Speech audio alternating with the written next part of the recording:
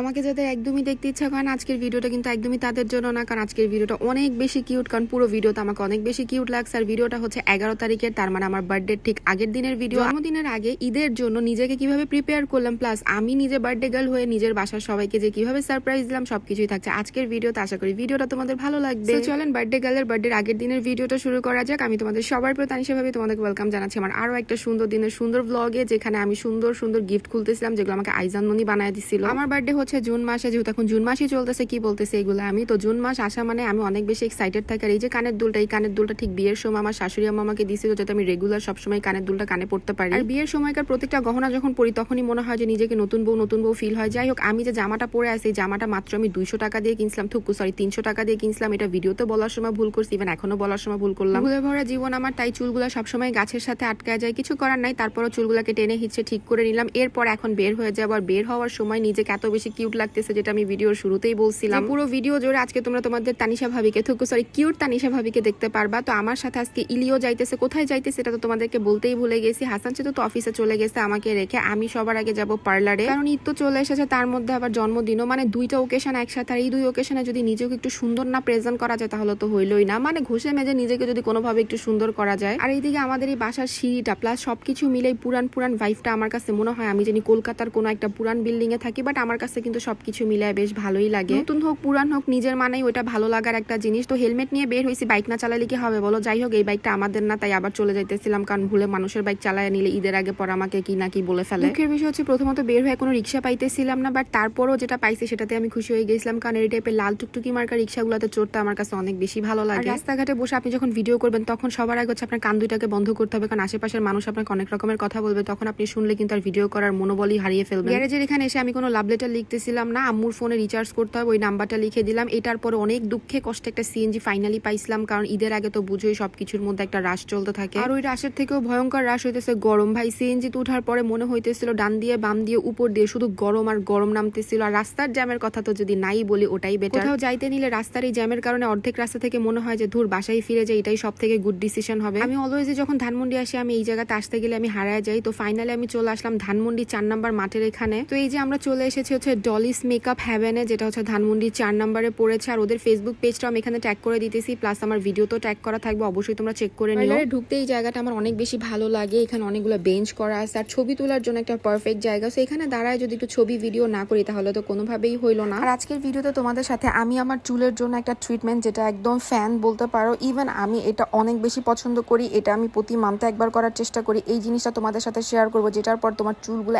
একদম ম্যাজিকের মতো সুন্দর হয়ে যাবে। আমি পার্লারের ভেতর আসার পরই দেখলাম এখানে জয়িতা ফাউন্ডেশনের কোনো একটা সেমিনার বা কোনো একটা ইভেন্ট চলতেছিল। তারপর আমি ভেতরের এখানে এসে বসলাম আর আপুর সাথে বসে অনেকক্ষণ ডিসকাস করতেছিলাম, কারণ এই মানুষটার সাথে আমার এমনি কথা বলতে অনেক বেশি ভালো লাগে। অনেক বেশি সুইট একটা মানুষ লাগে, একদম আমার নিজের বোনের মতো। এইদিকে আমি হাসান সেতুকে কনস্ট্যান্টলি ফোন করে বিরক্ত করে যাইতেছিলাম, কোন দুঃখে সেটা আমি নিজেও জানি না। আসলে ওকে বিরক্ত করতেছিলাম না, ওর জন্য আমি উল্টা নিজে বিরক্ত হইতেছিলাম। তারপর কোনোভাবে নিজের মন মানসিকতা চেঞ্জ করে চিন্তা করলাম না, আমার যেহেতু জন্মদিন, তো আজকে কোনোভাবে নিজের মন মেজাজ খারাপ করা যাবে না। এই কারণে সুন্দর একটা মাটির গ্লাসে 1 গ্লাস ঠান্ডা পানি খেয়ে নিজের মন মেজাজ দুইটাই ঠান্ডা করে ফেললাম। এরপরে মনে হলো না এবার একটু সুন্দর করে ভিডিও করা যাক, কারণ আপুর পার্লারটা অনেক বেশি সুন্দর। তোমরা যারা ধানমন্ডি বা তার আশেপাশে আসো তারা কিন্তু বুকিং নিয়ে নিতে পারো নিজের সার্ভিসগুলোর জন্য, কারণ আপুদের এখানে কিন্তু স্টুডেন্ট কম্বো অফার চলতেছে 2000 টাকা 4000 টাকা করে। এদিকে আমি তো পার্লারে আসলেই মাথা খারাপ হয়ে যায় যে চুলের জন্য কোন কালারটা করবো। তো এবার চিন্তা করলাম আমি একটা অরেঞ্জ কালার করবো। কি বলো তোমরা, অরেঞ্জ কালার করলে তোমাদের তানিশা ভাবিকে কেমন লাগবে? তোমাদের তানিশা ভাবিকে যেমনই লাগুক না কেন, সবার আগে হইতেছে তোমাদের তানিশা ভাবির চুলগুলার যত্ন নিতে হবে, কারণ যেহেতু আমার চুলগুলা কালার করা একটু ড্যামেজ তো হবেই স্বাভাবিক। নো ওয়ারিস, আমার কাছে সলিউশন আছে। সেই সলিউশনটা হচ্ছে আমি আপুদের এখানে শাইন থেরাপি হেয়ার স্পাটা করাবো, যেটা আমি আগেও করাইছিলাম। এই হেয়ার ট্রিটমেন্টের রেগুলার প্রাইস হচ্ছে 6000 টাকা, ঈদ উপলক্ষে ডিসকাউন্ট প্রাইস হচ্ছে 3500 টাকা। সো ডিসকাউন্ট যেহেতু আছে, তো আমি যদি এই সার্ভিসটা না নিই তাহলে তো হইলই না। এই হেয়ার ট্রিটমেন্টের সব থেকে মজার যে জিনিসটা সেটা হইতেছে এই গরম তেলটা দিয়ে যখন চুলের মধ্যে অনেক সুন্দর করে মাসাজ করা হয়, মনে হইতেছে জীবনের এতদিনের সমস্ত দুঃখ কষ্ট সব চলে যাইতেছে। কিন্তু দুঃখ কষ্ট আর গেল কই, কারেন্ট চলে গেছিল। অবশ্য পরে আবার কারেন্ট চলেও এসেছিল, বেশিক্ষণ আর কারেন্টটা যে থাকে না। হেয়ার অয়েলটা দেওয়ার কিছুক্ষণ পরে হইতেছে চুলটাকে সুন্দর করে শ্যাম্পু করে দেয়। শ্যাম্পু করার পরে আরো একটা হেয়ার ক্রিম বা কিছু একটা ইউজ করে। বাট ট্রাস্ট মি, তোমাদের যাদের কালার করা চুল অথবা রেগুলার চুল অনেক সময় ড্যামেজ হয়ে যায়, সো তারা যদি একবার মাসের ভিতরে হেয়ার স্পাটা করো, লিটারালি তোমাদের কাছে মনে হবে তোমাদের চুলের জন্য হেয়ার স্পাটা করা ফরজ হয়ে যাবে। যারা আমার আগে পরে ব্লগ দেখছো তারা কিন্তু জানো যে আমি যখন বাগেরহাট গেছিলাম তার আগেও কিন্তু আমি আমার চুলে হেয়ার স্পাটা করায় গেছিলাম, কারণ এটা চুলকে এত বেশি স্মুথ আর এত বেশি সুন্দর করে ফেলে। এটা তোমরা পুরো ভিডিওটা দেখলেই বুঝতে পারবে। এবার হচ্ছে আমার চুলে স্পা ক্রিমটা দেওয়া হইতেছে, এটা দিয়ে সুন্দর সুন্দর করে আপু চুলগুলাকে ম্যাসাজ করে দিতেছিল। বাট দুঃখের বিষয় হইতেছে কারেন্ট আবারও চলে গেছে। বাট কারেন্ট যাক তো কি হয়েছে, আমাকে কিন্তু আবারও কিউট লাগতেছে। এদিকে আমার চুলে সমস্ত ক্রিম দেওয়া শেষ হয়ে গেছে। আর এইবার হইতেছে সব থেকে ফান পার্ট, মানে এই যে মেশিনটা দিয়ে চুলের উপরে লিটারেলি পুরো গোলাগুলি বর্ষণ করা হবে। একদিকে ভালোও লাগতেছিল, আরেকদিকে পানিগুলা যখন আমার মুখের মধ্যে লাগতেছিল লিটারেলি ভাই আমার অনেক বেশি সুরসুরি লাগতেছিল। এটা নিয়ে পার্লারের সবাই অনেক বেশি হাসাহাসি করতেছিল। সব থেকে মজার বিষয় কি জানো, তোমরা যখন আপুর এখানে কোনো সালন সার্ভিস নিতে যাবা, তোমরা তোমাদের সার্ভিসের পাশাপাশি এমন একটা ফ্রেন্ডলি এনভায়রনমেন্ট পাবা যে তোমরা অনেক বেশি কমফোর্টেবল ফিল করবে। এখনকার সমস্ত অ্যারেঞ্জমেন্ট দেখে তো তোমরা বুঝতেই পারতেছো যে এখন আমরা কি করতে যাইতেছি। আসলে আমি আমার স্কিন কেয়ারের থেকে আমি আমার হাতে পায়ের যত্ন নেওয়াটা বেশি প্রেফার করি। আর আমার কাছে মনে হয় মাসের ভিতর একবার অন্তত হইলেও হাতে পায়ের যত্ন নেওয়া উচিত খুব পারফেক্টলি, কজ আমাদের স্কিনের থেকে আমাদের হাতে পায়ের স্কিন কিন্তু বেশি ড্যামেজ হয়ে যায়। তো এই কারণে আমি সুন্দর করে একটা গ্লোয়িং প্যাক সহ পেডিকিউর ম্যানিকিউর নিয়ে নিলাম, যেটার প্রাইস হচ্ছে মাত্র 2000 টাকা। 2000 টাকার এই সার্ভিসটা তোমাদের কাছে মনে হবে যে ইয়েস ভাই টাকাটা একদম ঠিক জায়গাতে ইউটিলাইজ করছি। কারণ পেডিকিউর ম্যানিকিউরটা করার পরে হাত পাগুলো এত বেশি সফট আর এত বেশি গ্লোই হয়ে যায়। তোমরা তো দেখতেই পারতেছি স্টেপ বাই স্টেপ অলরেডি আমার পা অলরেডি গ্লো করতেছে।